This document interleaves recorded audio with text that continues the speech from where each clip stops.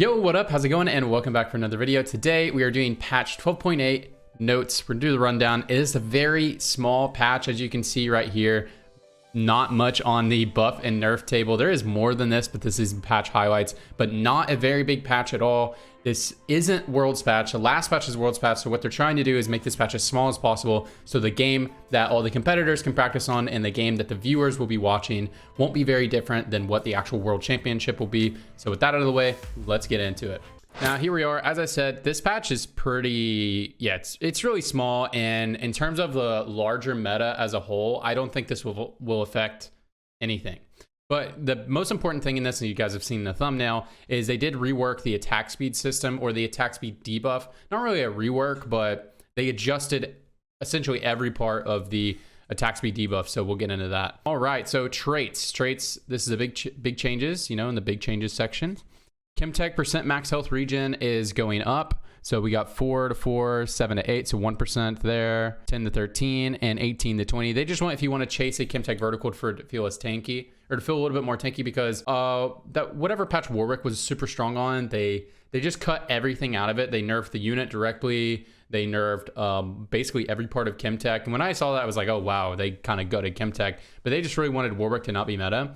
So this right here is just going to help tankiness if you are stacking tank items. So like on Zac, or if you want to play the Hyphy Trinimir tank build, then it'll help with that. But in terms of like Warwick, this doesn't really change him very much because you're not stacking health items on him in the first place. It is just a nice little bit of buff. But yeah, it's going to feel nicer for your tankier units if you want to run Chemtech as a frontline, or if you want to try the, you know, the for fun tank Trinimir build. Very fun build actually. Enchanter percent increase to healing and shielding is going up. So 45 to 50, 70 to 80, 100 to 115%.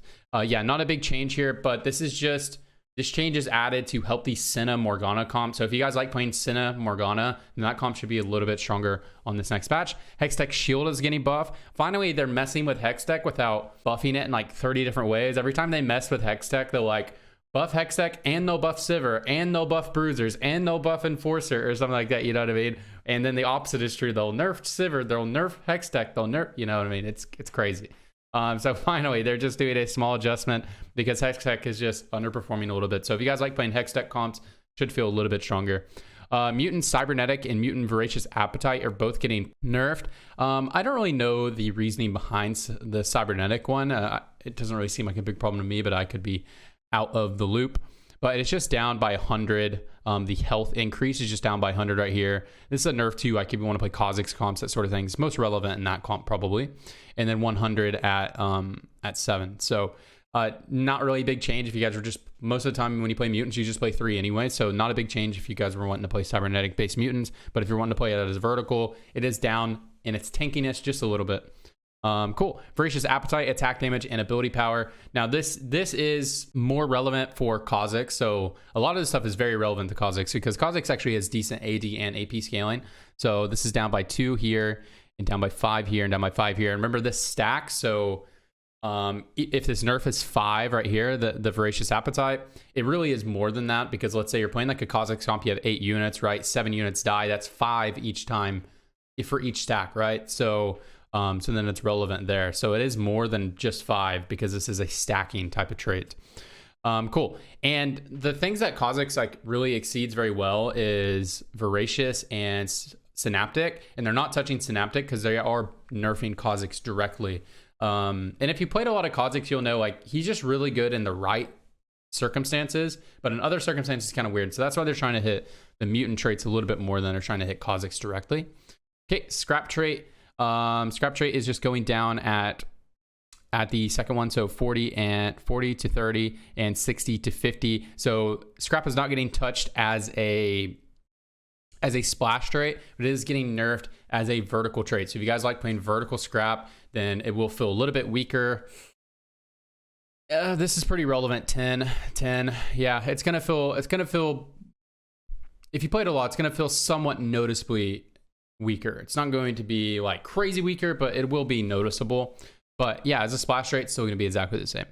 All right, Syndicate is getting buffed. The total armor matrix is going up by 5, and then the amplification bonus is going up by 5%. You know, not a lot of people play Syndicates. It is a difficult vertical to actually hit the 7. So yeah, if you guys like playing syndicates, give it a try, but it hasn't really been doing super great. So that's why they're giving a little bit of a buff there.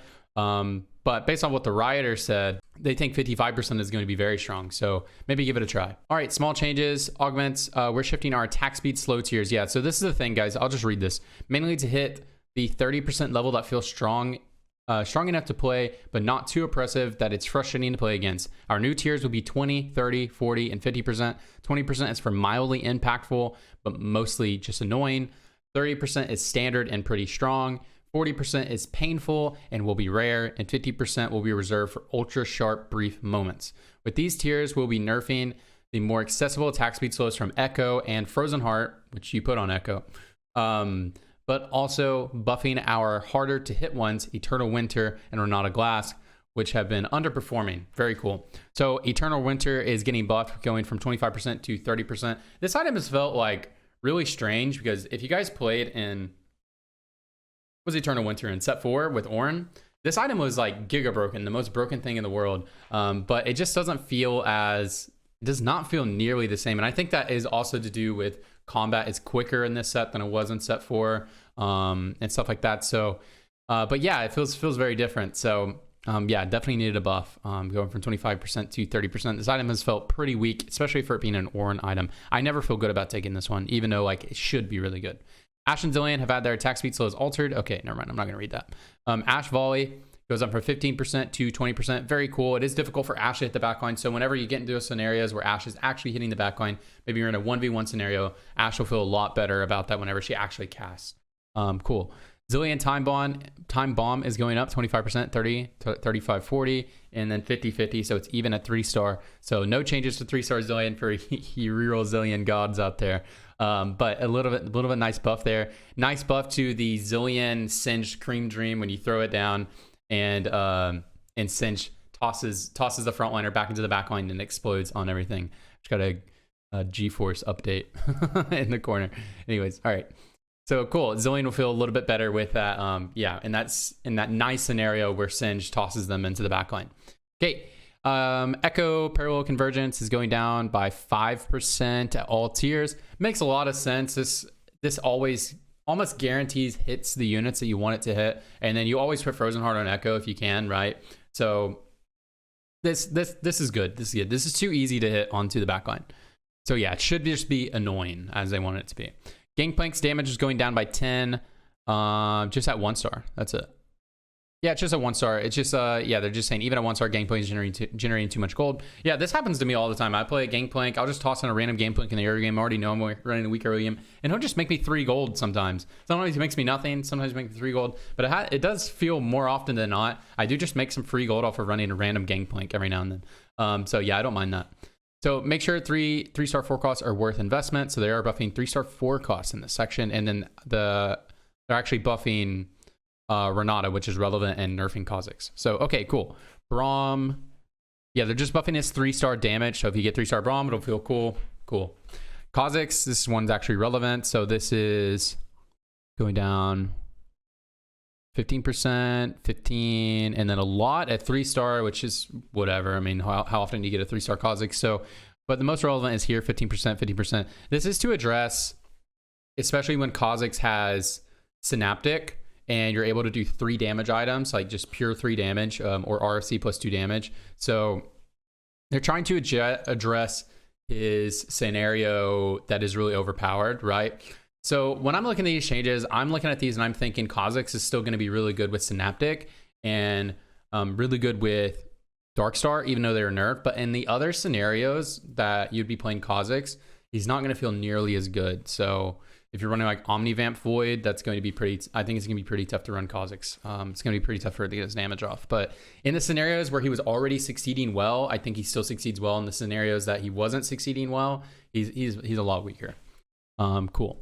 Renata Glass, Toxic Wave is going up 15% to 20%. Very cool. Makes it a little bit more relevant, making sure she is on the correct side and not just purely Amarillo, but actually adds a little bit more utility into her kit. I wish when they designed Renata that she would have not been a damage dealer at all and would have had like a really insane attack speed slow. It would have helped address the problem of the lack of support units in the game. But hey, that's neither here nor there. It's too late into the set to make any changes like that anyways. It would drastically change the game. So This is a good step in the right direction. 5% buff on the attack speed slow. Okay, toxic wave damage is going up just at 3-star, so pretty irrelevant, but if you guys like playing 3-star Renata, it'll feel a little stronger. Vi, is she getting changed at all? Okay, nothing relevant. It's just purely 3-star Vi. So if you guys want to play 3-star Vi, she's going to be a lot stronger. Shield is going up by 100. Damage is going up by 50. And that's each time that she casts. And she casts very frequently. So this is actually a pretty substantial buff to 3-star Vi if you guys were playing that. But again, it's a 3-star 4 cost. You know, how often are you going to get to play that? But when you do get to play it, it will be stronger. Okay, Jinx rocket damage scaling is going down 10%. We're going down by 10, and then nothing at 3-star. Guys, Jinx is still going to be good. If you guys like playing Jinx, still going to be good. They did nerf Scrap Vertical, which does affect her, but a lot of times you just play Jinx with full legendaries or you're splashing her in, that sort of thing. So Jinx is going to feel a little bit weaker, but shouldn't be anything too crazy. If you guys like playing Jinx, keep playing Jinx. She was very, very, very good. So this nerf is not going to take her out of the meta or anything like that. Okay, Frozen Heart attack speed slow is going to my 5%. Very good, especially with all the echoes and all that stuff. So they're really trying to address that. So this is very easy to apply, especially with a lot of people playing around like Socialite, that sort of thing. It's very easy to always get onto the correct side. And then when you get to late game, you're in the 1v1s. It is, you know, like it is so much easier to get the Frozen Heart on their carry than it is to dodge the Frozen Heart. So very cool, very cool. Double up, guys, I do not care about double up. If you guys want to read about double up, then you can read this yourself. I'm not going to talk about it. I'm going to move on to bug fixes. Cool, bug fixes. So Shades Off, fix an issue causing Sunfire Cape, Radiant Sunfire Cape, or Sunlight Cape, which is Radiant Sunfire Cape. Wow, English. To only affect enemies within 1 hex range. Yeah, so that's kind of crazy. It was only doing 1 hex range and it was the Radiant Sunfire Cape. That's obviously not good, so they're fixing that. Fix an issue preventing Senna from gaining mana from blue buff and blue battery. Yeah, that's pretty wild. Anyways, that's going to be it for the... I'm getting a phone call from my girlfriend.